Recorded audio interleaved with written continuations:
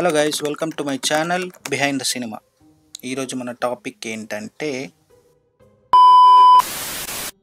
శ్వేత ఎలాంటి varieties spicy spicy chicken curry. Wow, కొత్త కొత్తలు ఆడుతుంది. అదే కొత్తలాడిపోతుంది. నెక్స్ట్ వచ్చేసి liver fry, liver fry. Next వచ్చేసి bagara rice, bagara rice. Next వచ్చేసి onion salad, onion salad. Next వచ్చేసి boiled eggs, boiled eggs. Next వచ్చేసి గడ్డ పెరుగు. లైక్ చేయండి. సో ఇది మన టాపిక్ కలేజా.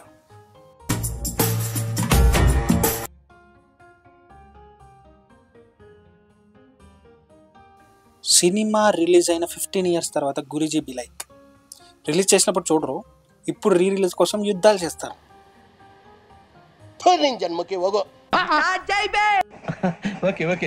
నేను ఈ సినిమా చిన్నప్పుడు థియేటర్లో చూస్తుంటే ఏంట్రా ఇది దేవుడు దేవుడు అంటున్నారు, సోది సినిమా రా బాబు అనుకున్నాను. కానీ ఇప్పుడు అదే సినిమా వర్త్ అనుకుంటే రిపీటెడ్లో చూస్తున్నాను. అంత పిచ్చి నాకు ఈ సినిమా అంటే. కలేజాని ఒక ఎంటర్టైన్మెంట్ మూవీలోనే చూస్తారు, కాదు మేకర్స్ కూడా అలానే తీశారు. బట్ కొంతమంది మహేష్ అండ్ త్రివిక్రమ్ ఇద్దరు కలిపి తీసిన ఒక ఎక్స్పెరిమెంట్ అని కూడా అంటారు. కానీ ఈ సినిమా వచ్చి 15 years అయినా ఈ సినిమాలో ఉండే ఇంట్రెస్టింగ్ పాయింట్స్ చాలా తక్కువ మందికి తెలుసు. అవే మనం ఇప్పుడు డిస్కస్ చేద్దాం. Number 1, title card. Cinema title Khaleja is derived from Sanskrit language. సాంస్క్రిట్లో దీని అర్థం liver, heart, spirit, mind, audacity and courage. ఇవన్నీ కలగలిపి ఉన్నోడు మన సీతారామరాజు. అండ్ అలానే కలేజా టైటిల్ సాంస్క్రిట్ నంబర్తో కంపేర్ చేస్తే కా అంటే 5, లే అంటే 3, జా అంటే 4. సీతారామరాజు పాలి అనే గ్రామంలో సేవ్ చేయాల్సిన సంఖ్య 534. అండ్ దైవే మనుష్య రూపేణ అంటూ సినిమా థీమ్ అంతా టైటిల్లోనే చూపిస్తారు మన గురించి. Number 2, characters, character names and their behaviours.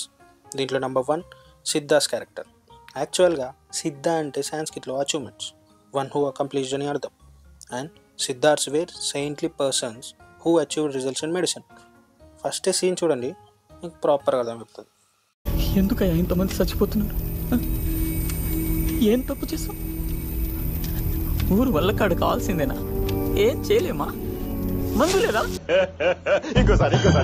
మందు లేదా? సో అది ఊరు వల్లకాడు కావాల్సిందేనా, ఏం చేయలేమా, మందు లేదా స్వామి అని వాళ్ళ గురుజీని అడుగుతారు. ఆ మెడిసిన్ని వెతుక్కుంటూ సీతారామరాజుని విలేజ్కి తీసుకొచ్చేవాడు మన సిద్ధ. ఇది క్యారెక్టర్ నేమ్లో తన బిహేవియర్లో ఉండే డెప్త్. అలానే ఇంకో ఇంట్రెస్టింగ్ పాయింట్ ఉంటుంది. సినిమా స్టార్టింగ్లో రావు రమేష్ గారు అండ్ సిద్ధ అనే క్యారెక్టర్ మధ్యలో ఒక సీన్ ఉంటుంది. అదే ఇది. 9 గోళాలు, 12 రాసులు, 27 నక్షత్రాలు, మొత్తం 48 రోజులు, ఒక మండలం. 9 గోళాలు అంటే 9 planets, 12 రాసులు, 27 నక్షత్రాలు, ఒక మండలం అంటే 41 to 48 days ఆఫ్ పీరియడ్ అనమాట. రావు రమేష్ గారు సిద్ధాన్ని ఒక మండలం పాటు ఊరికి దేవుణ్ణి తీసుకురా అని పంపిస్తాడు. అలానే మండలం పాటు అయ్యప్ప మాల వేసుకొని దీక్ష చేస్తూ కాళ్ళకు చెప్పులు లేకుండా కొండలు, కోనలు, అడుగులు మడుగులు దాటి దేవుడి కోసం వెళ్ళి దేవుణ్ణి దర్శిస్తారు అయ్యప్ప స్వామి. ఆ స్టైల్లోనే ఒక మండలం పాటు దేవుణ్ణి వెతుక్కుంటూ వెళ్తాడు మన సిద్ధ. క్యారెక్టర్ నెంబర్ 2, సుభాషిణి, మన heroine. According to Shiva Purana, Subhashini అంటే గాడెస్ పార్వతీదేవి. అండ్ ఈ నేమ్కి అర్థం well spoken and one who speaks sweet words అంట. అందుకే అనుష్క గారు సినిమాలో రాజుని ముద్దుబుద్దిగా బుచ్చిబుచ్చిగా స్వీట్గా పిలుస్తుంది అనమాట.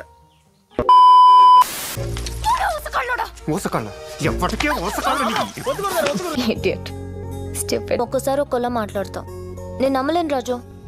ఇంకోసారి ఆ మాట చెప్పా రాజు. నువ్వు అలా పిలిస్తే జీవితాంతం కుక్క పిల్ల నీ కాళ్ళ దగ్గర పడి ఉంటానంతే.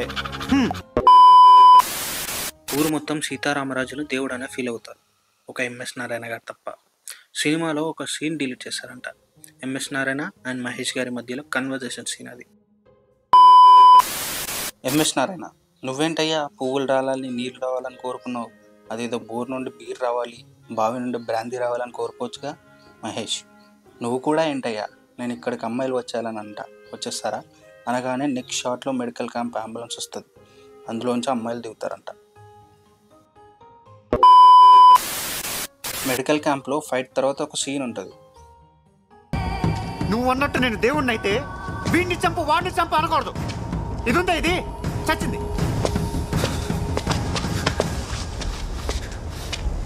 దీన్ని బతికించమని అడగ అని అనగానే నిజంగానే పాప బతికేస్తుంది. అందరు షాక్ అయ్యి ఒక్క సెకండ్ కూడా ఆలోచించకుండా మోకాల మీద కూర్చుంటారు.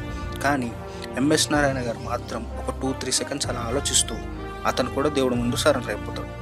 సీతారామరాజు దేవుడు కాదని అనుకునే వ్యక్తి కూడా ఈ 2 ఇన్సిడెంట్స్ అతన్ని మార్చేస్తాయి. అండ్ ఫైనల్గా పే ఆఫ్ సీన్స్. సిద్ధ తన గురువు చెప్పిన మాటలు ఎంత పర్ఫెక్ట్గా ఫాలో అవుతాడంటే, సిద్ధ వాడి కళ్ళల్లోకి చూడకు, గుండెతో మాట్లాడు, రమ్మని పిలువు, వదలకు అని అన్నాడు. ఇంటర్వెల్ సీన్ ముందు తన గురువు చెప్పిన ఆనవాళ్ళు ఒక్కొక్కటి రివీల్ అవుతాయి. వాడి పిలుపు నీకు వినిపిస్తుంది. వాడి దగ్గర అవగానే పంచభూతాలకు తెత్తి చెప్తాయి. ఆయన ఒళ్ళు విరుచుకుంటుంది సిద్ధ.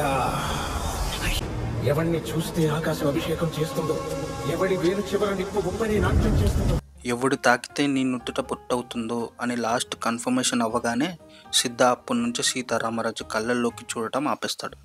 త్రూఅవుట్ సినిమా అలానే క్యారీ చేస్తాడు. లాస్ట్లో చనిపోయేప్పుడు తప్ప. అలా చూస్తూ గర్వంతో చనిపోతాడు. మన గుడిసెల గడపల మీద పూలు ఎవడు పూయిస్తాడో వాడిని తీసుకురా సిద్ధ. ఎవడి గుడిసెల గడపల మీద పువ్వులు పూయిస్తాడో వాడిని తీసుకురా సిద్ధ, వాడిని తీసుకురా. రావు రమేష్ గారు సిద్ధతో చెప్పే మాటకి పే ఆఫ్. లాస్ట్లో సీతారామరాజు అడగకుండానే ఫ్లవర్స్ పడతాయి.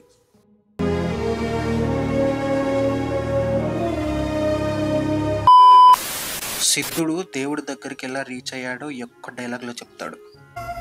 కాటుక నల్లని రాత్రి వేళ గురువుల ఆజ్ఞత గురుతు నిరింగితి. ఉత్తర దిక్కున ఊరిని విడిచితి. పల్లెలు పురములు పట్టణంబులు పేటలు దాటితి. కోటలు దాటితి. అడుగులు దాటితి. మడుగులు దాటితి. అన్నీ దాటితి. బొటన వేలితో నెత్తురు పొంగగా పులుపుగా నుతుట విభూతి ధరించితి. అభిషేకించిన ఆకాశానికి జ్యోతలు చెప్పుచు చెలగుచు మడి వస్త్రంబులు కట్టితి. మండలమ్ముగా మాగిన పిమ్మట భైరవుడయ్యి శత్రువుని చంపగా చూచితి నెవ్వరు చూడని లింగం. నిరుపద్రువమగు నిశ్చల లింగం. ఆది తేజమగు ఐక్యలింగం. పురాణ ప్రథమగు పవిత్ర లింగం శివ.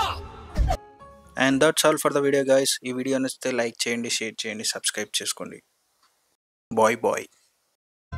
జింగి చక జింగి చక కుచి కుచి టువి టువి తననం గిల్గిలకి తన్నం బుల్బులకి దిద్దిరి దిద్దిరి దిద్దిరి తై జింగ జింగాలే